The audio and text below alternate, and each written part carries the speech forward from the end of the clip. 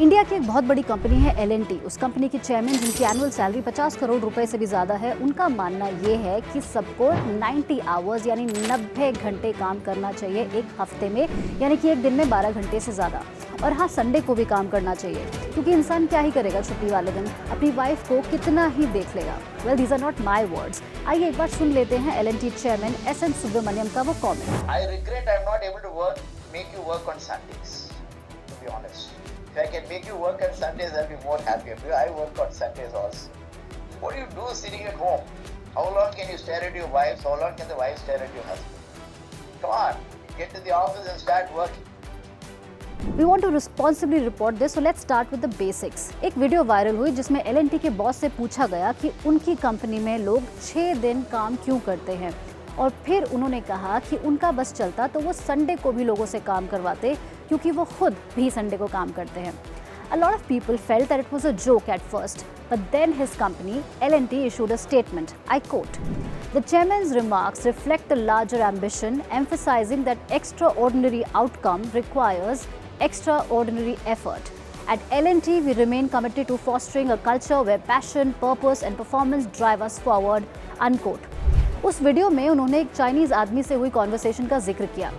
उस चाइनीज़ आदमी ने कहा कि चाइना तरक्की के मामले में एक दिन अमेरिका को भी पीछे छोड़ देगा, क्योंकि चाइना में लोग 90 आवर्स वर्क वीक फॉलो करते हैं, जबकि अमेरिका में सिर्फ 50 घंटे काम होता है। जाहिर सी बात है, इस कमेंट के बाद सोशल मीडिया पर काफ़ी लोगों में गुस्सा नजर आया। दीपिका पादुकोण से लेकर ज्वाला गुट्टा और काफ़ी बड़े कॉर्पोरेट लीडर्स ने कहा कि ये मेंटल और फिजिकल हेल्थ के लिए बिल्कुल भी ठीक नहीं है। Then let the 90 hours start from the top. And then if it proves to be fruitful or productive over, let's say, a period of 2, 3, 4 years, if we find that it works as a proof of concept, then let us talk about, implementing it down the line. It's a very big problem when, all the big talk happens at the top, but the implementation starts from the bottom. I think that is not fair. एक report कहती है कि financial year 2024 में सुब्रमण्यम जी की salary 43% बढ़ी पिछले साल के मुकाबले, जो कि उनके एम्प्लॉय से 530 गुना ज़्यादा है। जस्ट इमेजिन, एम्प्लॉयज़ की एवरेज सैलरी थी ऑलमोस्ट 10 लाख रुपए। दुनिया भर में काफ़ी स्टडीज़ हुई हैं जिसमें ये प्रूव किया गया है कि लॉन्ग वर्किंग आवर्स की वजह से लोगों को एंजाइटी, ओबेसिटी, स्ट्रोक, डिप्रेशन और स्लीपिंग डिसऑर्डर्स होते हैं। 2021 में वर्ल्ड हेल्थ ऑर्गेनाइजेशन ने बताया कि 55 या उससे ज़्यादा घंटे काम करने की वजह से 7,45,000 लोग 7,45,000 पीपल डाइड, और इसमें 72% जो लोग थे वो मेल्स थे, यानी कि पुरुष थे, और ये आंकड़ा बढ़ता ही जा रहा है। ओवरवर्किंग कल्चर का सबसे बड़ा एग्जाम्पल है जापान, जहां कई सालों तक यानी 70s, 80s और 90s में लोगों से बहुत काम करवाया गया, लगभग 70 से 80 घंटे, और बात इतनी बिगड़ गई कि लोग बीमार पड़ने लगे और कई लोगों की मौत भी हुई। कुछ लोग हार्ट डिजीज़ की वजह से मर गए और कुछ लोगों ने सुसाइड कर लिया। ज़्यादा काम से होने वाली मौत को जापान में बोलते हैं कारोशी। 2022 में 2,968 लोग यानी 2,968 लोग कारोशी के शिकार हुए।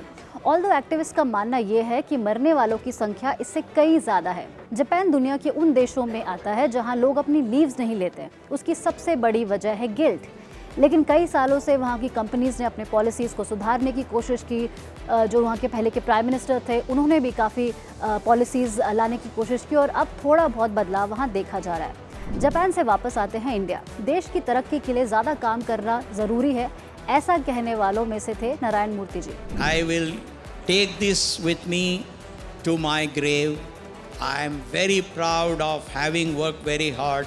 I used to go to the office at 6:20 in the morning and return at 8:30 in the evening. That was 14 hours and 10 minutes, and I worked 6.5 days till I retired, and I am very proud of it. Therefore, I am not going to take it back. लेकिन क्या ज़्यादा काम करने से आपकी productivity पर कोई फ़र्क पड़ता है? स्टैनफोर्ड यूनिवर्सिटी के प्रोफेसर जॉन पेनकाविल का कहना है कि 50 घंटों से ज़्यादा काम करने से आउटपुट पर बुरा असर पड़ता है, और अगर आप 48 घंटे से ज़्यादा काम करते हैं तो आपको स्लीपिंग डिसऑर्डर्स हो सकते हैं। जो लोग लेट नाइट काम करते हैं उनसे बहुत सारी गलतियां हो सकती हैं, स्पेशली हेल्थ केयर सेक्टर में, जैसे कि डॉक्टर्स और nurses.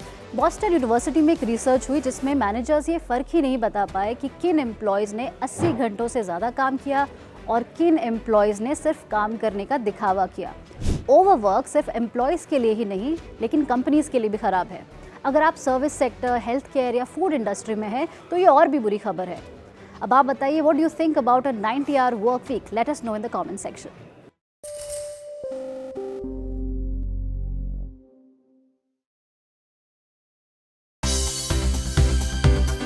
For more news and updates, all you need to do is follow CNBC TV 18 on all of our digital platforms.